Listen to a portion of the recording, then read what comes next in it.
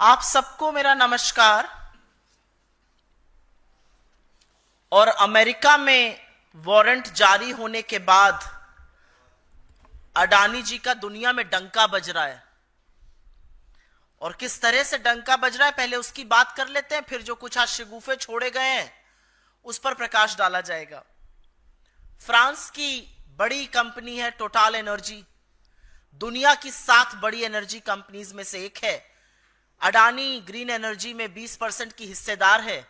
उन्होंने निर्णय लिया है कि अब भविष्य में अडानी ग्रुप में कोई भी निवेश नहीं होगा। यह निर्णय भ्रष्टाचार, घूसखोरी, जालसाजी के जो आरोप लगे हैं अमेरिका में, उसके चलते किया गया है। यह उनकी प्रेस रिलीज में है कि हमारी जीरो टॉलरेंस है भ्रष्टाचार को लेकर। तो टोटल एनर्जी ने आगे आइंदा निवेश ना करने की ठानी है।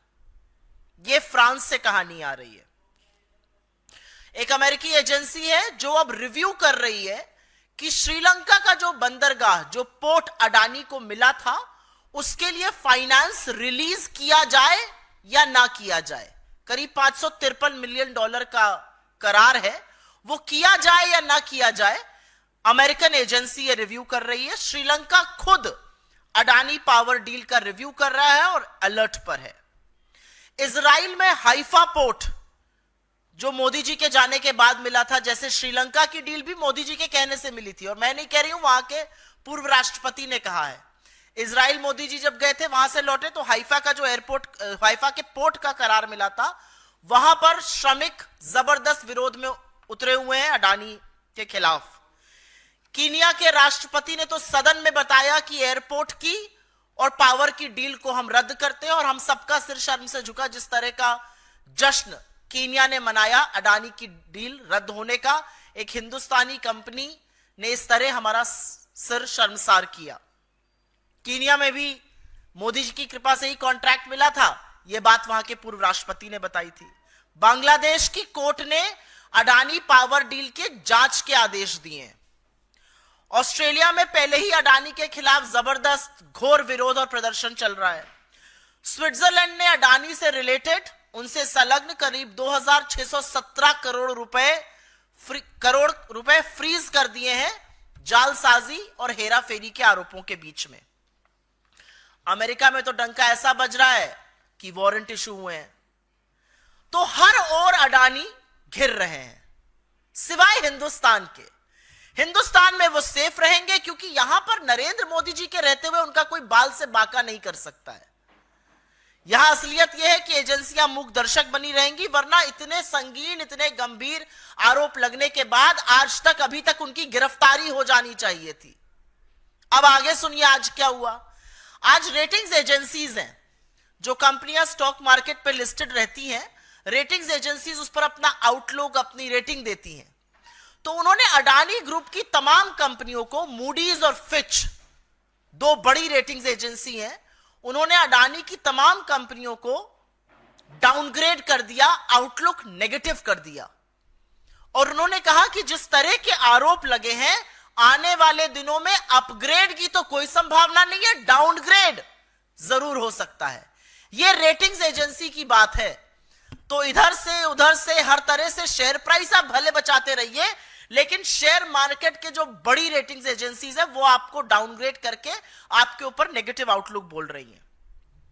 तो आज सुबह सुबह बौखलाए अडानी के तंत्र ने एक शगुफा छोड़ा, और ये कुछ नहीं है, ये गंभीर आरोपों के बीच बचने का प्रयास है, उनकी बौखलाहट है।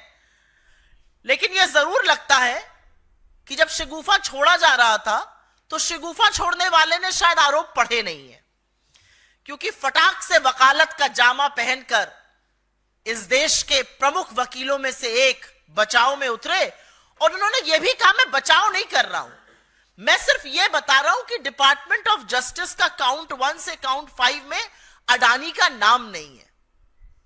वो बड़ी चतुराई से यह बताना भूल गए कि foreign corruption practice act America का जो है, जो हमारा हिंदुस्तान में प्रिवेंशन ऑफ करप्शन एक्ट है, foreign corrupt practices act America का उन्हीं के नागरिक पर लागू होता है, वो विदेशी नागरिक पर लागू नहीं हो सकता है।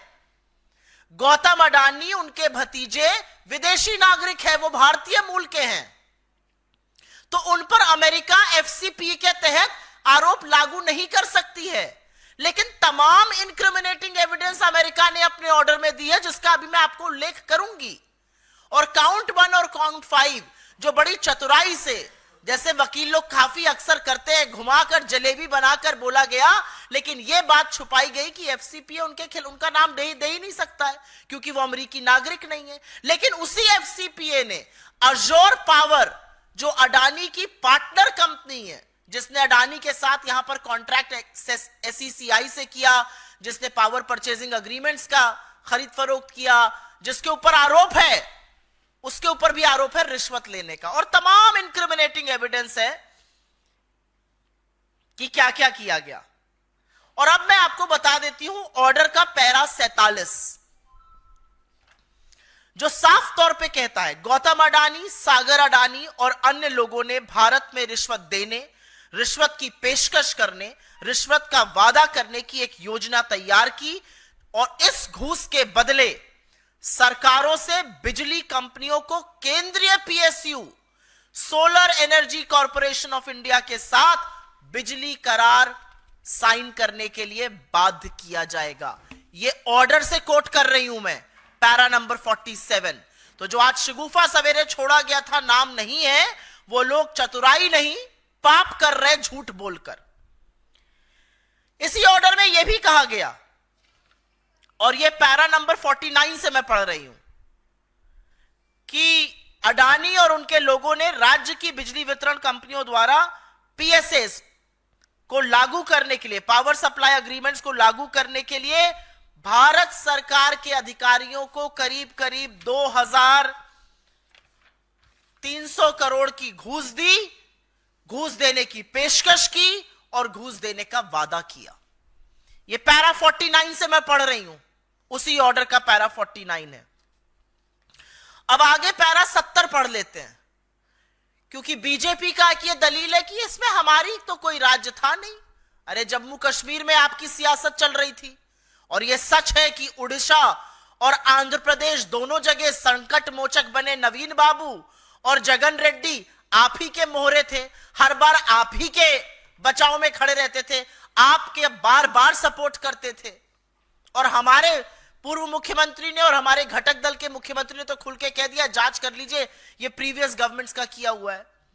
तो बीजेपी जब ये कहती है तो उसका एक और जवाब है, और ये जवाब पैरा 70 में है, जिसमें कहा गया है कि सबसे उच्चतम स्तर पर भ्रष्टाचार का आरोप लगाया गया है, और कहा गया है कि सागर अडानी और विनीत जैन ने SECI solar energy corporation of India की 2.3 गीगावाट पावर परचेजिंग एग्रीमेंट को आवंटित करने की जो प्रक्रिया थी, उसको पर भी गुपचुप तरीके से प्रभाव किया। Solar energy corporation of India Bharat सरकार की एक पीएसयू है, भारत सरकार की एक कंपनी है, और न्यू और रिन्यूएबल एनर्जी के तहत आती है। और न्यू और रिन्यूएबल एनर्जी के मंत्री पीयूष गोयल, आरके सिंह और प्रहलाद जोशी रह चुके हैं। तो ये जो बददिमाग प्रवक्ता और आधा पढ़ के आए लोग दलीलें देते हैं, दलील देनी चाहिए पीयूष गोयल को, दलील देनी चाहिए प्रहलाद जोशी को, और दलील देनी चाहिए आरके सिंह को, क्योंकि भारत के एक पीएसयू का नाम रिश्वतखोरी के मामले में, यह केंद्र सरकार के अंतर्गत एक पीएसयू का नाम रिश्वतखोरी के मामले में डिपार्टमेंट ऑफ जस्टिस की ग्रैंड जूरी के दस्तावेज में है।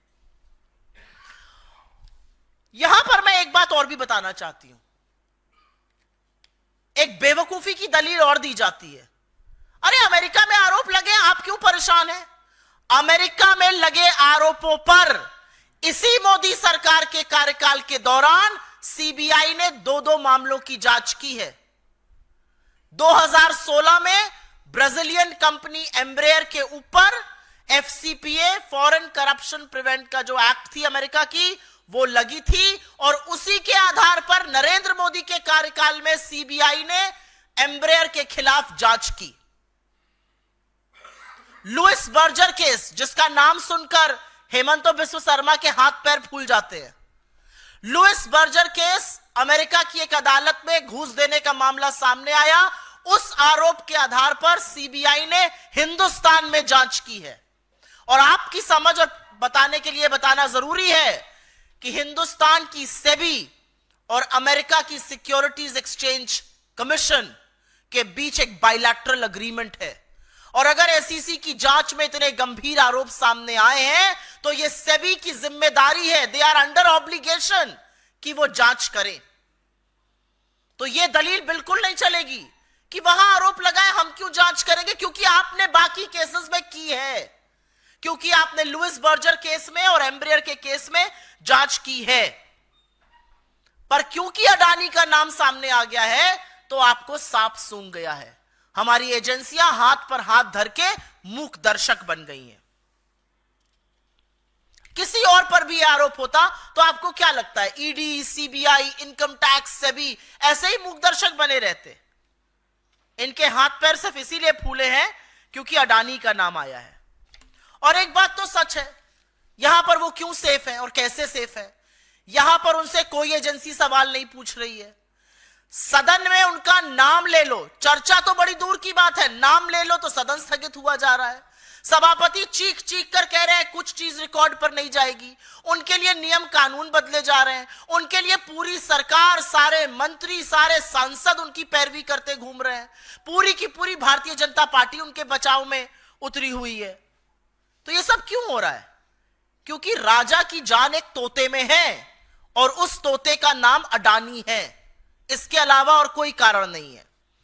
इस मंच से हम मांग करते हैं कि लाखों करोड़ों की हेराफेरी, जालसाजी और रिश्वत के आरोपों से घिरे गौतम अडानी की जो विश्व जांच कर रहा है, विश्व की तमाम देश जांच कर रहे हैं, तमाम एजेंसियां जांच कर रही हैं, हिंदुस्तान में निष्पक्ष जांच हो। इतने संगीन आरोपों के बीच इस मंच से हमारी मांग है उनकी गिरफ्तारी हो। हमारी मांग है कि संसद में गौतम अडानी के खिलाफ लगे आरोप पर विस्तृत चर्चा हो। और हमारी मांग है कि सत्तारूढ़ दल के सांसद, सरकार के मंत्री, सत्तारूढ़ दल बेशर्मी त्याग कर अडानी का बचाव करना बंद कर दे। एक व्यक्ति जिसके चलते हिंदुस्तान के rule of law and order पे, हिंदुस्तान के कॉर्पोरेट उद्योग जगत पे, हिंदुस्तान के मार्केट पे, मार्केट की क्रेडिबिलिटी पर, हमारे इंस्टीट्यूशंस पर, हर चीज पर, हमारी कॉर्पोरेट गवर्नेंस पर धब्बे लग रहे हैं, दाग लग रहे हैं, उनका बचाव बीजेपी और उसका तंत्र बिल्कुल बंद कर दे। I will very briefly make a statement in English, and as you know,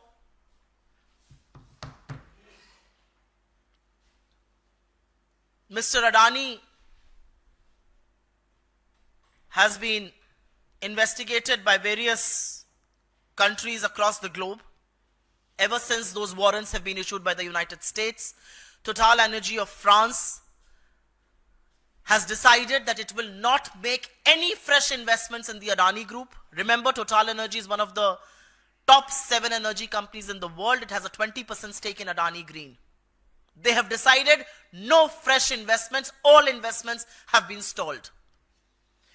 We all know that the American agency is now reviewing whether the funding should be allowed or should not be allowed for the Sri Lankan port that has been given to Adani. We all know Sri Lanka itself is reviewing the Adani power deal, one that became a reality thanks to the intervention of Prime Minister Modi. Israel, the Haifa port is facing huge challenges with labor unrest. The Kenyan government has already cancelled a port, an airport and a power deal. Bangladesh court has ordered a probe into the Adani power deal. Australia has seen rampant charges of corruption and rampant protests all across Australia against Mr. Adani. Switzerland has frozen about 2,617 crore rupees connected to Adani on charges of misdeeds. America, of course, has issued the warrant. But in India, Mr. Adani continues to be safe. No questions are going to be asked to him. Not a single agency is going to act. And the government is going to look the other way and will do all it can to protect Mr. Adani. The reality is that ratings agencies like Moody's and Fitch have downgraded Adani stocks and have kept their downgrade outlook to negative. They have also said it's unlikely the outlook will be revised to positive. It is very likely that they will be downgraded further. So this morning, the entire ecosystem of Gautam Adani and his company got together and issued certain statements. And it's important to remind what those statements are. A very senior lawyer in this country, who of course first gave the caveat, I'm not here to defend Mr. Adani, defended him with all the authority bestowed on him. He told reporters present there that count 1 and count 5 of the Department of Justice order does not name Mr. Adani. And that's the beauty of how lawyers sometimes skip the naked truth. The naked truth is that the Foreign Corrupt Practices Act mentioned in count 1 and count 5 can only be applied to American citizens. And because Gautam Adani is not an American citizen, his name doesn't feature there, but the reality is incriminating evidence and various mentions of Adani all through the order feature, and I will just talk about that in a bit. Azure Power, Adani's partner in America, has been named in count 1 and count 5. The reality also is that the documents of the grand jury of the Department of Justice very categorically state, and I will quote here, in para 47, it clearly says that Gautam Adani, Sagar Adani and others devised a scheme to offer, authorize, make and promise to make bribe payments to Indian government officials in exchange for causing state electricity distribution companies to enter into PSAs with the Solar Energy Corporation of India. Para 49, this is para 47 I quoted. Para 49 goes on to say that they offered and promised to Indian government officials approximately 2,029 crore rupees in bribe for exchange of causing the state electricity distribution companies to execute the power supply agreements. It doesn't just end there.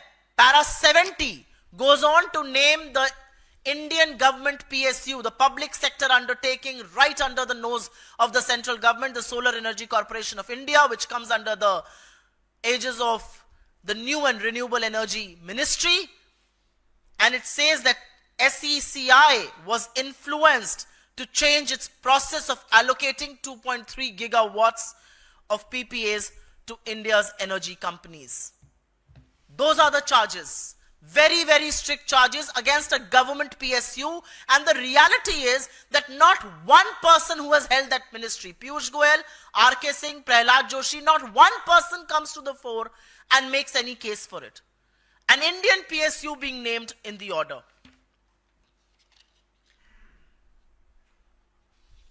One of the arguments that the BJP gives very often is that these charges are being made in the US. Why do we investigate?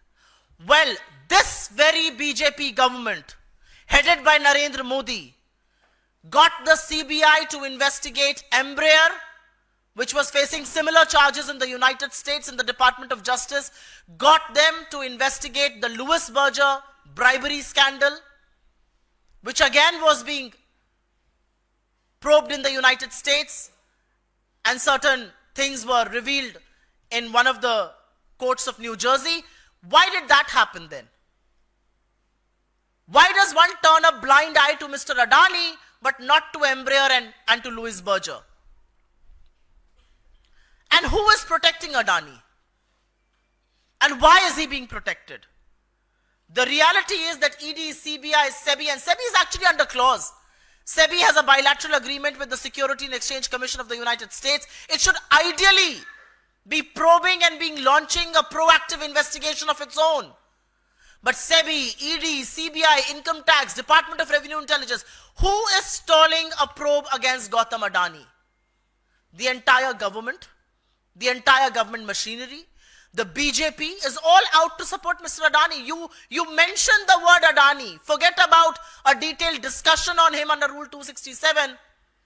You mentioned the word Adani, and the government is too willing to adjourn both houses of parliament.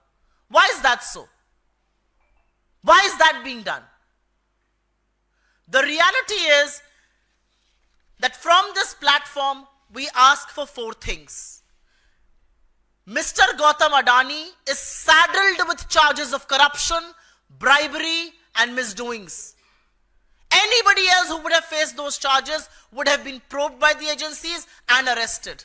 Gautam Adani needs to be taken into custody immediately. There needs to be a detailed discussion on the charges he's facing in India's parliament, in the seat of policy making. Agencies, the ED, CBI, SEBI, need to launch an objective, fair probe against Mr. Adani for the charges he's facing, not just in the United States, but various countries across the globe. And last but not the least, the BJP, its ecosystem, and government officials, government ministers, MPs should stop defending a man who's tainted and who's only bringing to India disrepute, who's only bringing to India charges of corporate misgovernance, who's only bringing to India loss of credibility, erosion of credibility as far as our stock markets, as far as our rule of law is concerned. Why are you defending a tainted man is the question we asked from this stage. आपके सवालों का स्वागत है. सवाल अगर इस पर रहें तो मैं अनुग्रहित रहूंगी.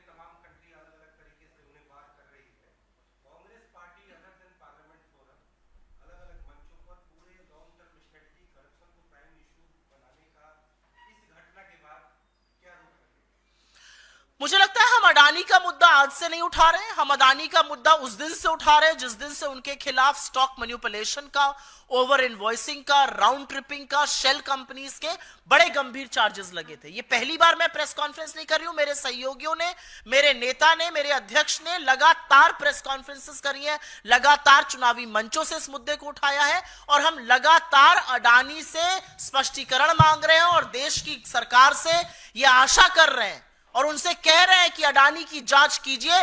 इसके चलते हिंदुस्तान की बहुत बेइज्जती हो रही है, हमारी साख गिर रही है. ये पहली बार नहीं है. हमारे लोगों ने अपनी सारी राजधानियों में प्रेस कॉन्फ्रेंस करी है, हमने सदन में यह मुद्दा उठाया है और मेरे नेता राहुल गांधी ने जब अडानी और मोदी की बखिया उधेड़ी थी तो उनकी सदस्यता तक लेने का कुत्सित प्रयास भारतीय जनता पार्टी ने किया था. तो हम अडानी का मुद्दा अभी से नहीं उठा रहे हैं. हम किसी से डरते नहीं हैं. हमें लगता है कि भारतीय उद्योग जगत में बड़े बड़े उद्योगपति हुए हैं जिन्होंने इस देश का नाम रोशन किया है, जिन्होंने विश्व में भारत का डंका बजाया है. लेकिन यहां तो डंका एक के बाद एक डील कैंसिल होने का, भ्रष्टाचार के आरोप का, रिश्वतखोरी का, जालसाजी का, हेराफेरी का बज रहा है. तो मुझे नहीं लगता कि हम इसमें चुपचाप बैठेंगे. भारत के सदन, भारत के संसद में अडानी के खिलाफ लगे आरोपों पर गंभीर और विस्तृत चर्चा होनी चाहिए.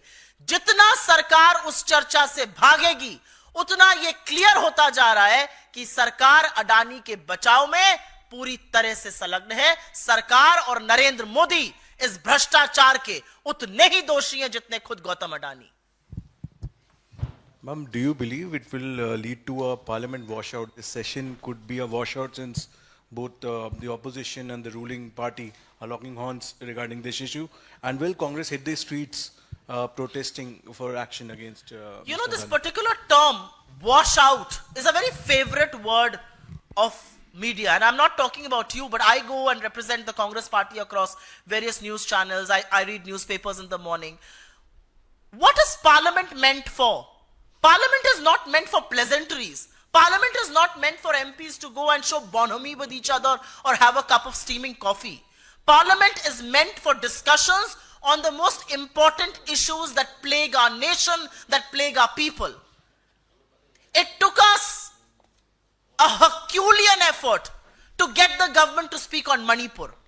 The government doesn't want to discuss unemployment. The government doesn't want to discuss high prices. The government doesn't want to discuss income inequality. But when you have an Indian corporate who's facing criminal indictment charges and everybody knows of the proximity that he and Narendra Modi share, how are we expected to keep quiet? I mean, what do you expect the opposition to do? Pretend nothing has happened? I mean, Australia, Sri Lanka, Bangladesh, Kenya, France, Switzerland, United States, everybody is probing Adani. Everybody is cancelling deals. Everybody has leveled very, very serious charges. It raises questions on us. Is anybody in the government willing to come out and tell you that for the last 12 quarters, FDI has been falling? Why is it falling? You know, this whole tom-tom, FDI, why is FDI falling? Because somewhere in the minds of investors, India as the preferred destination for investment, where rule of law, where fair practices, where corporate governance is incredible, has been eroded. And has been eroded because you have one crony capitalist who you want to create into a monopoly. You've created his monopoly in ports, in airports, in power purchase agreements. All of the Prime Minister's foreign trips seems to be a business deal to get Mr. Adani some new deals. How are we expected to keep quiet? And this matter is not just about corporates. This matter affects the people of this country. What was Mr. Adani trying to do? He was trying to bribe, and he did bribe. And let me tell you one thing. When the US documents say Indian officials, it does not mean Indian officials like we do, that bureaucrats. It means Indian officials as in Indian politicians at large. What was he trying to do? He was trying to coax all of these people to buy expensive electricity, and who would bear the burden of it finally? The people of this country. I very often fly to Lucknow. I was stunned to know that at the Adani airport in Lucknow, you have to pay over 3,000 rupees for a wheelchair. That's what creation of monopoly does. So what do you expect us to do? Look the other way, keep quiet, pretend nothing has happened. I mean, this is an issue which has huge ramifications for India's corporate sector, for India's markets, for India's small investors, for our credibility. Obviously, we're going to talk about this. And Parliament is meant to discuss these things. Parliament is not meant to tap your desks and shout Modi, Modi. मैं इसको हिंदी में भी बोलना चाह रही हूं. ये जो एक बड़ा शब्द है ना, ये वॉश आउट, ये मीडिया का बड़ा चर्चित, उनका बड़ा, आप लोगों का बड़ा ये प्रिय शब्द है. आपको बहुत अच्छा लगता है ये शब्द. और आपसे ज्यादा आपके जो कमांडो वॉरियर एंकर स्टूडियो में बैठते हैं, उनका तो बहुत ही उम्दा प्रिय है. रोज ऊपर लिख के आता है वॉश आउट, वॉश आउट. क्या है वॉश आउट? और भारत का सदन क्यों है? भारत का संसद किस लिए है? भारत का संसद गर्म कॉफी पीने के लिए, एक दूसरे से गलबैया करने के लिए? भारत के सदन में, भारत के संसद में जो सबसे गंभीर मुद्दे हैं, जो सबसे ज्वलंत मुद्दे हैं, उन पर चर्चा होनी चाहिए. एक आपका उद्योगपति जो नरेंद्र मोदी का चहेता है, ये सारी दुनिया जानती है. नरेंद्र मोदी के कहने से उसको श्रीलंका में, बांग्लादेश में, इजराइल में, कीनिया में, हर जगह डील मिलती है. एक ऐसे उद्योगपति के खिलाफ संगीन आरोप यूएस की डिपार्टमेंट ऑफ जस्टिस की ग्रैंड जूरी ने लगाया है. 2 साल की जांच के बाद लगे ये आरोप. उसमें एफबीआई और एसईसी संलग्न है. दुनिया भर के देश, Kenya, Sri Lanka, Bangladesh, Switzerland, Australia, America, सब जांच कर रहे हैं अडानी के खिलाफ. सब एक के बाद एक डील कैंसिल कर रहे हैं, उनका पैसा फ्रीज कर रहे हैं. और हमारे यहां हम ऐसा प्रिटेंड कर रहे हैं मानो कुछ हुआ ही नहीं हो. अगर सदन में इस पर चर्चा नहीं होगी तो चर्चा कहां होगी? क्योंकि इसके बड़े गंभीर परिणाम हैं. अडानी पर जो जांच लगी है और जो शिथिलता नरेंद्र मोदी की सरकार और नरेंद्र मोदी के लोग और उनकी एजेंसियां दिखा रही हैं, वो पूरी तरह से भारतीय उद्योग जगत पर, भारतीय मार्केट पर, भारतीय इन्वेस्टर के लिए बहुत बुरा संकेत है. ये कहीं ना कहीं हमारी जो कानून व्यवस्था है उस पर सवाल उठाता है. ये फेयर प्ले पर सवाल उठाता है. ये कॉर्पोरेट गवर्नेंस पर सवाल उठाता है. और इसलिए इसकी चर्चा सदन में होनी चाहिए. हमें मशक्कत करनी पड़ी थी जब इस सरकार ने मणिपुर पर चर्चा करी थी, और आप सबने देखा था कि 36 सेकंड मणिपुर बोलकर प्रधानमंत्री निकल गए थे. यह सरकार बेरोजगारी पर चर्चा नहीं करेगी, महंगाई पर नहीं करेगी, आर्थिक असमानता पर नहीं करेगी, अडानी पर नहीं करेगी. तो मोदी वंदन करने के लिए सदन नहीं है, वो बीजेपी के हेडक्वार्टर में करिए. ओके, तो आप लोग केंद्र सरकार पर दबाव डाल रहे हैं, अच्छी बात है, सदन में उठा भी रहे हैं, लेकिन वो आक्रामकता नजर नहीं आ रही. हमने संसद में 2 दिनों में कोई प्रदर्शन नहीं देखा इस मसले पर कांग्रेस की अगुवाई में इंडिया गठबंधन के द्वारा. एक और दूसरा कि ये जो मामले जिन राज्यों का नाम इसमें लिया गया है उसमें एक तमिलनाडु भी है जहां इंडिया गठबंधन की सरकार है. रिश्वतखोरी के आरोप हैं. क्या डीएमके सरकार अपने स्तर पर इसकी जांच करवाएगा? आप लोग ये मांग करते हैं, और अगर इसमें तथ्य होता है, क्या ये मैं आपसे समझना भी चाहता हूं, पूछना भी चाहता हूं कि क्या डीएमके सरकार तमिलनाडु की इस मामले में गिरफ्तारियां कर सकती हैं जो आप लोग मांग कर रहे हैं? सर्वप्रथम तो चित भी मेरी और पट भी मेरी नहीं चलेगी। हमें सकारात्मक भी रहना है, हमें रिस्पॉन्सिबल ऑपोजिशन भी रहना है, हमें मुद्दे भी उठाने हैं। और अगर हम आक्रामकता करके वेल में आ जाएंगे तो आप ही लोग कहेंगे चलने ही नहीं दे रहे सदन, ऑपोजिशन के चलते वॉश आउट हो रहा है। तो हम अपने स्तर से बहस करने की मांग कर रहे हैं। रूल 267 के अंतर्गत हमारे अध्यक्ष ने नोटिस दिया है, तमाम नोटिस लोकसभा में, हमें बहस करनी है। अब उसमें आपको आक्रामकता दिखे ना या दिखे, बहस तो अडानी पर करनी पड़ेगी इस सरकार को, पहली बात। दूसरी बात, आपने तमिलनाडु की सरकार का नाम लिया, मैं तमिलनाडु नहीं, मैं छत्तीसगढ़ की भी बात कर देती हूं। तमिलनाडु के मुख्यमंत्री ने अगले दिन आके कहा था ये जो डील थी ये AIADMK की सरकार ने करी थी, इस पर कोई भी जांच करनी हो कर लीजिए। हमारे छत्तीसगढ़ के पूर्व मुख्यमंत्री ने भी यही बात कही है। लेकिन सवाल इस बात का है कि राज्य जांच करेंगे या केंद्रीय एजेंसियां जांच करेंगी। जब ऐसे मामले पहले सामने आया, लुइस बर्जर केस हो गया, ब्राजीलियन कंपनी एम्ब्रेयर का केस हो गया, उसमें CBI ने जांच करी थी। तो अब CBI क्यों है? सिर्फ विरोधियों को काट खाने के लिए। अब CBI क्यों है? फलाना नेता है उसको जेल में डालो, CBI भेजो। अब CBI कोई जांच करने के लिए नहीं है। तो ये जो फ्रंटल बनाने का काम हुआ है उस पर भी हम सवाल उठा रहे हैं। और आपकी बात बिल्कुल वाजिब है। हमारे नेताओं ने तो एक डोनेशन दिया था अडानी ने 100 करोड़ का, और वो स्किल डेवलपमेंट यूनिवर्सिटी बनाने के लिए दिया था। हमने वो उनके मुंह पर दे मारा, हमें नहीं चाहिए भैया, इतने भ्रष्टाचार से घिरे आरोप से हमें पैसा भी नहीं चाहिए। हम तो उस तरह के लोग हैं। तो मेरा अपना मानना है कि इतने संगीन आरोप लगे, हर बार कुछ बातें ऐसी होती हैं, आप लोग कोर्ट चले जाइए, आपकी बात अपनी जगह वाजिब हो सकती है, लेकिन केंद्र सरकार क्यों है? क्या केंद्र सरकार झुंझुना बजाने के लिए है? दुनिया भर के देश में डंका पीटा जा रहा है कि हमारे यहां एक घूसखोर है, उसने ये कांड किए हैं, उसके ये काली करतूते, काले कारनामे हैं। नरेंद्र मोदी जी ने क्या आंख में चश्मा पहन लिया है? क्या उनको ये दिखता नहीं है कि देश दुनिया भर में हो क्या रहा है? और ऐसी क्या फंसी है? अडानी और मोदी का ये कौन सा रिश्ता है कि नरेंद्र मोदी सब कुछ त्याग कर अडानी को बचाने पर आमादा है? ये रिश्ता क्या कहलाता है? ये तो हम लगातार पूछ रहे हैं। टीडीपी करे जांच, DMK सरकार अपना नीतिगत फैसला लेगी, लेकिन उन्होंने तो अगले दिन ही आकर कह दिया था, और अगले दिन आके उन्होंने तुरंत कहा था कि इसकी जो भी जांच होनी हो जाए, ये हमारी प्रीवियस सरकार ने निर्णय लिया था। मुझे नहीं लगता कि इसमें कोई ये है। और जहां तक टीडीपी की जांच की बात है, अगर टीडीपी जांच कर रही है तो बड़ा संगीन मामला है, क्योंकि एक बैसाखी अगर बवाल करने लगेगी तो मोदी जी के लिए तो बड़ी दिक्कत पैदा हो जाएगी। मोदी जी तो अब बैसाखियों पर निर्भर है, और एक बैसाखी कह रही है कि आपके कलेजे के टुकड़े की जिस तोते में आपकी जान है उसकी हम जांच करेंगे। क्या करेंगे राजा जी? अब सवाल इस बात का है। जी जी मैम, बांग्लादेश को लेकर के जिस तरह के वहाँ हालात हैं और उनको जमानत नहीं मिल रही है पुजारी को इस्कॉन मंदिर के, और हिंदुओं के ऊपर जिस तरह से वहाँ अत्याचार हो रहा है, उसको लेकर कांग्रेस पार्टी ने बयान जारी किया है, लिखित बयान, तो उसको मीडिया बाइट के लिए तौर पर क्या कहेंगे? मैं सिर्फ सबसे पहले तो ये कहना चाहती हूं कि जो बांग्लादेश में हो रहा है, जिस तरह से उनका अरेस्ट हुआ, जिस तरह से रिलीजियस माइनॉरिटीज हिंदुओं के साथ वहां पर गलत चीजें हो रही हैं, हम उसकी भर्त्सना करते हैं। और हम नरेंद्र मोदी की सरकार से यह अपेक्षा करते हैं कि आप तुरंत मजबूत कदम उठाइए, अपने स्तर पर सरकार टू सरकार बात कीजिए, जिससे लोग प्रताड़ित होने बंद हों।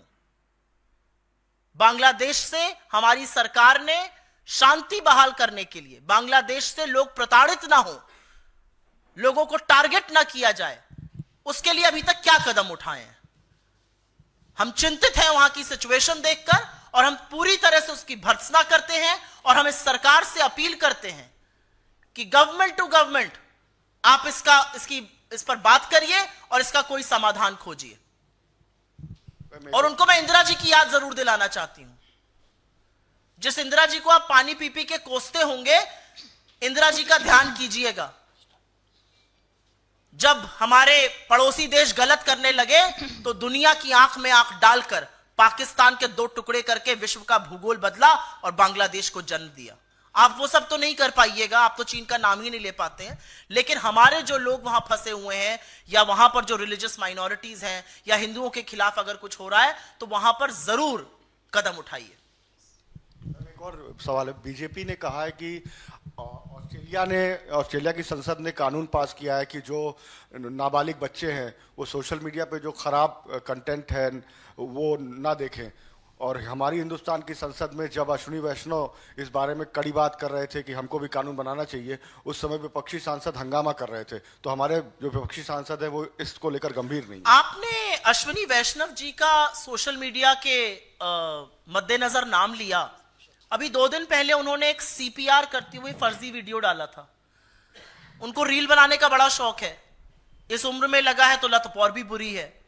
तो रील बनाते बनाते उन्होंने एक रील डाली जिसमें एक व्यक्ति एक पूरी चेतना में एक आदमी का सीपीआर कर रहा था, जिस पर डॉक्टर्स ने बहुत आपत्ति करी और अब उन्होंने अपनी वो रील डिलीट करी है। अश्विनी वैष्णव वो व्यक्ति हैं, जब लोगों की मौत हो जाती है रेलवे एक्सीडेंट में तो वो रील बनाने में मशगूल रहते हैं। तो अश्विनी वैष्णव के मुंह से सोशल मीडिया की बात करेंगे, और सोशल मीडिया को सेफ बनाना हम सबकी जिम्मेदारी है। उस सेफ बनाने में, सोशल मीडिया को ऑब्जेक्टिव बनाने में, सोशल मीडिया से नफरत ना फैले, सबसे पहला कदम भारतीय जनता पार्टी को अपनी आईटी सेल बंद करके उठाना चाहिए। जिस तरह की नफरती, जिस तरह की भद्दी, जिस तरह की गंदी घिनौनी सेक्सुअल कमेंट्स उनकी आईटी सेल के लोग, उनके समर्थक जिनको नरेंद्र मोदी फॉलो करते हैं वैसा कोई नहीं करता है। जिस तरह के वीडियो झारखंड में एक समुदाय के खिलाफ बीजेपी के ऑफिशियल हैंडल से डले, हाथ जोड़ के इस देश से माफी मांगनी चाहिए। सोच लीजिए इतना खराब था वो कि इलेक्शन कमीशन तक को वो डिलीट करने के आदेश देने पड़े। इनके लोग खुलेआम महिलाओं के खिलाफ सेक्सुअल अब्यूज की बात करते हैं। इनके लोग लगातार गाली गलौज और गंदी घिनौनी बातें करते हैं। तथ्यों से, आंकड़ों से कोई लेना देना नहीं है। अगर सुरक्षित बनाना है तो बीजेपी की आईटी सेल को तुरंत बंद करना होगा। My self Singh Sangeeta from 10 news. Ma'am, आज के तारीख में अगर देखने जाए तो अदानी ग्रुप के शेयर्स एक बार वापस से बढ़ रहे हैं, तो इस पर आप क्या कहना चाहेंगे? आप शेयर मार्केट में इन्वेस्टेड हैं? जी। शेयर मार्केट में उतार और चढ़ाव डोमेस्टिक छोटे निवेशक के लिए बड़ी अलग तरीके से होता है, और जो बड़े बड़े कॉर्पोरेट होते हैं उनके लिए बहुत अलग तरीके से होता है। मैं शेयर मार्केट पे सवाल नहीं उठाना चाहती हूं, लेकिन डूबते हुए और लोअर सर्किट, अगर आप समझती हैं लोअर सर्किट हिट ना हो तो शेयर को कैसे बचाया जाता है, इसके बड़े हथकंडे होते हैं। उसको बचाने में एलआईसी और आईएलएनएफएस और हर तरह की सरकारी एजेंसी जुट जाती है और शेयर खरीदना शुरू करती है। कई बार प्रमोटर्स शेयर खरीदते हैं जिससे कि शेयर का लेवल संभला रहे। तो share movement is not a function of the fact कि अडानी ग्रुप पर क्या आरोप लगे हैं। मूडीज और फिच ने अडानी को डाउनग्रेड किया है, यह बड़ी बात है। आउटलुक नेगेटिव देकर यह कहा है आगे और डाउनग्रेड होगा, अपग्रेड के तो सोचिए भी मत, यह बड़ी बात है। बड़े बड़े जो कॉर्पोरेट्स होते हैं उनको शेयर संभालने का तरीका थोड़ा अलग होता है, वो ऑफ द रिकॉर्ड आपसे चर्चा कर लूंगी। धन्यवाद बहुत बहुत आप सबका।